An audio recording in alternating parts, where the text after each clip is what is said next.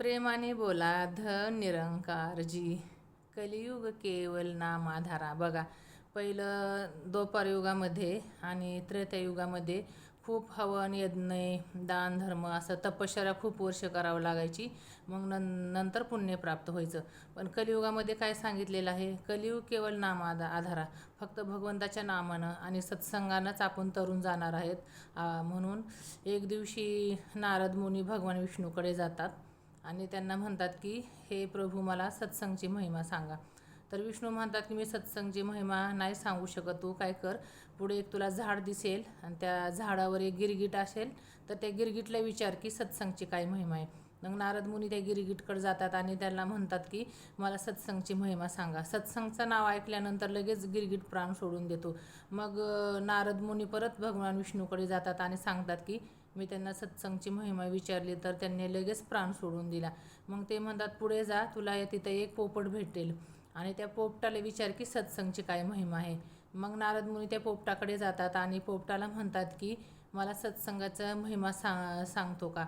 तर पोपट सत्संगाचं नाव ऐकले की तो पण प्राण सोडून देतो. मग नारद मुनी परत विष्णू भगवानकडे जातात आणि म्हणतात की पोपटाला विचारलं, त्याने पण सत्संगाचं नाव ऐकलं आणि प्राण सोडून दिला. मग विष्णू भगवान म्हणतात की तू काय कर, आता एका राजाच्या घरी जा. आताच नवजात शिशूचा तिथं जन्म झालेला आहे आणि त्या बालकाला विचार की सत्संगाची काय महिमा आहे. नारद मुनी घाबरतात. ते म्हणतात की गिरगिटला आणि त्या पोपटाला विचारलं सत्संगाचं महिमा तर त्यांनी लगेच प्राण सोडले. आता राजाला एवढ्या दिवसाने मुलगा झालेला आहे, मग त्या मुलाला जर मी विचारलं बालकाला आणि त्याने जर प्राण सोडला तर मला तो राजा नक्कीच जिवंत ठेवणार नाही. मग ते विष्णू भगवान म्हणतात नाही जा, मी सांगितलं ना जा.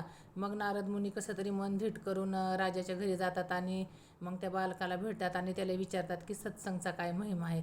तर तो बालक उत्तर देतो की तो म्हणतात सत्संगचा महिमा, नुसतं सत्संग नाव ऐकल्यानंतर मी गिरगीट होतो आधी, तर सत्संग नाव ऐकल्यामुळं मी गिरगीटच्या योनीतून मुक्त झालो आणि पोपटाच्या योनीत गेलो आणि पोपटाच्या योनीत पण सत्संगचं नाव ऐकले की त्या पोपटाच्या योनीत पण मुक्त झालो आणि आता मी एका श्रीमंत राजाच्या घरी मुलगा म्हणून जन्माला आलो. तोच मी गिरगीट आहे, असं नारद मुनींना तो मुलगा सांगतो. बघा मग सत्संगचा किती महिमा आहे. म्हणून प्रत्येकाने जीवनामध्ये सत्संग करणे खूप गरजेचं आहे. व्हिडिओ आवडल्यावर नक्की शेअर करा, लाईक करा आणि सबस्क्राईब करा. प्रेमाने बोला धन निरंकार जी.